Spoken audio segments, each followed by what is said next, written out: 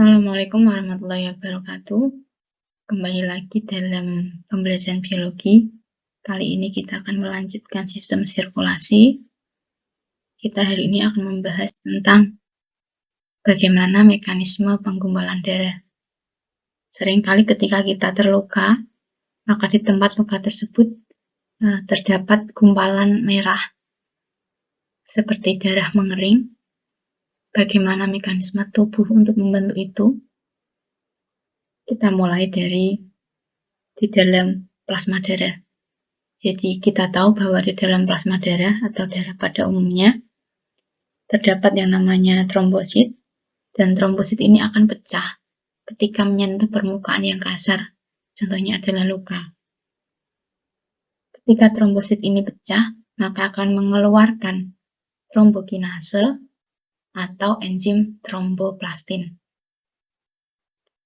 Kemudian selain terdapat trombosit dalam plasma darah, juga terdapat yang namanya protrombin. Protrombin ini akan diubah oleh enzim trombokinase menjadi trombin, dipicu oleh ion kalsium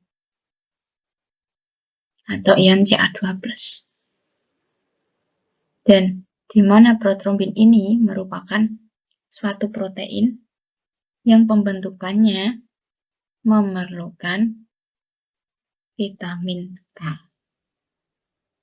Jadi cukup jelas bahwa protrombin akan diubah menjadi trombin oleh enzim trombokinase atau tromboplastin, di mana dia dipicu oleh ion Ca2+ dan memerlukan vitamin K. Kemudian trombin ini adalah sebuah enzim di mana dia membentuk fibrinogen menjadi fibrin. Fibrinogen itu apa? Fibrinogen adalah suatu protein yang terdapat dalam plasma darah, sedangkan fibrin adalah benang-benang halus yang tidak larut dalam plasma. Jadi, nantinya fibrin ini, karena berupa benang-benang halus, akan saling bertaut, akan saling tumbang tindih, dan akhirnya sel darah merah, juga plasma darah, akan terjaring di sana. Ketika ini terjaring, maka terbentuklah seperti gumpalan. Lama-kelamaan, fibrin ini akan membentuk jaringan baru, kemudian akan membuang gumpalan tersebut, kemudian menutup menjadi jaringan baru atau menutup luka. Jadi cukup mudah, cukup simpel dalam mekanisme penggumpalan darah. Kemudian kita lanjut di beberapa gangguan atau penyakit yang sering kita dengar, terutama berkaitan dengan darah. Yang pertama, kita pasti sering dengar, yaitu tentang yang namanya anemia. Anemia itu adalah suatu penyakit kurangnya kadar hemoglobin, Fe, dan eritrosit di dalam tubuh.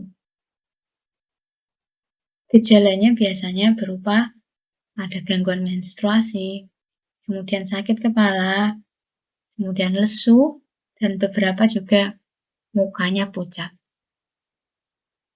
Anemia. Kemudian kita sering juga mendengar yang namanya leukemia, yaitu penyakit di mana produksi sel darah putih di dalam tubuh melebihi batas normal. Leukemia ini bisa disebabkan oleh banyak hal, bisa dari faktor keturunan, terkena zat kimia, terkena sinar radioaktif, dan juga bisa karena infeksi virus. Kemudian yang ketiga kita juga mungkin sering dengar yaitu thalassemia,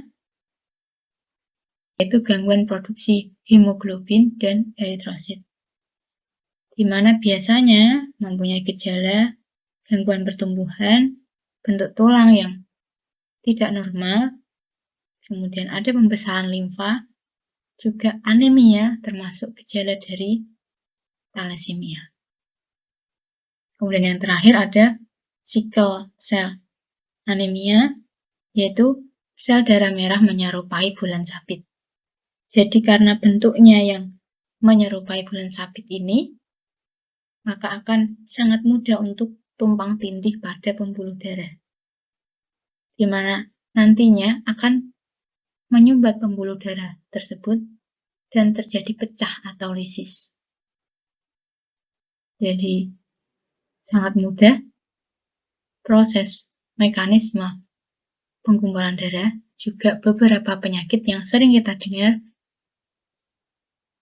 atau gangguan yang sering kita dengar berkaitan dengan darah. Kira cukup, semoga bermanfaat. Saya tutup. Assalamualaikum warahmatullahi wabarakatuh.